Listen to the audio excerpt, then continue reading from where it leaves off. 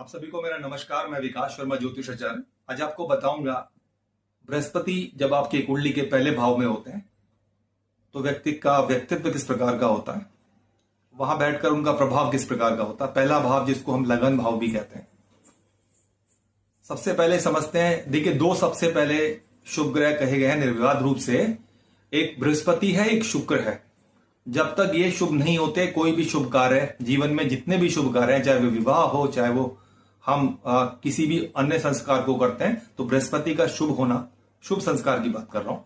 कोई भी प्रतिष्ठान का उद्घाटन करना हो, किसी शॉप का शुभारंभ करना हो या किसी नामकरण करना हो, जब तक बृहस्पति शुभ नहीं होंगे, शुक्र शुभ नहीं होंगे, तो कोई भी शुभ कार्य प्रारंभ नहीं होता।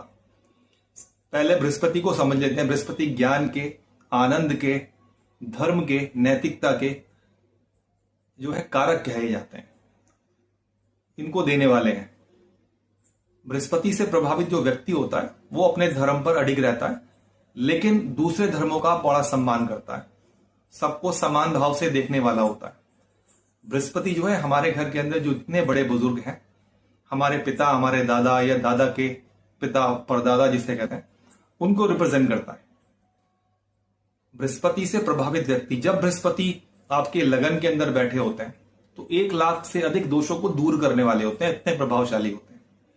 जब लगन में बैठे होते हैं और शुभ प्रभाव लिए बैठे होते हैं, अकेले बैठे होते हैं, तो बृहस्पति से प्रभावित जो व्यक्ति होता है बड़ा ही धीर गंभीर होता है। उसकी वाणी में एक प्रभाव होता है, उसके शरीर का जो ऑरा होता है वो इस प्रकार का होता है कि लोग जो है स्वतः ही उसकी तरफ आकर्षित होते हैं, उसके साथ मिलना चाहते हैं, उसके संग बैठना चाहते हैं, उसको देखना चाहते हैं, उसको सुनना चाहते हैं।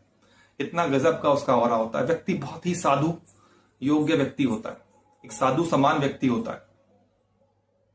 साथ ही साथ ऐसा व्यक्ति जो होता है उसको जीवन में सभी स्वतः ही प्राप्त हो जाते हैं। उसके माता पिता, उसके परिवारजन उसका सम्मान करते हैं। साथ ही साथ उसको, उसकी शिक्षा बहुत अच्छी होती है, उसकी पत्नी जो है बहुत ही सुशील होती है, संतान बहुत सुयोग्य होती है, उसको भूमि, भवन, वाहन, सारे सुख जीवन में जितने भी होते हैं, और साथ ही साथ आत्मिक सुख, बहुत ही सेटिस्फाइड होता है वो अपनी जिंदगी से। बड़ा ही शांत, बड़ा ही सरल स्वभाव का होता है। और किसी नगर या किसी प्रांत का उसको राजा भी कह सकते हैं। वो राजा जो साधु के समान हो, सबको प्रेम करने वाला, लोग उसका बहुत सम्मान करते हैं।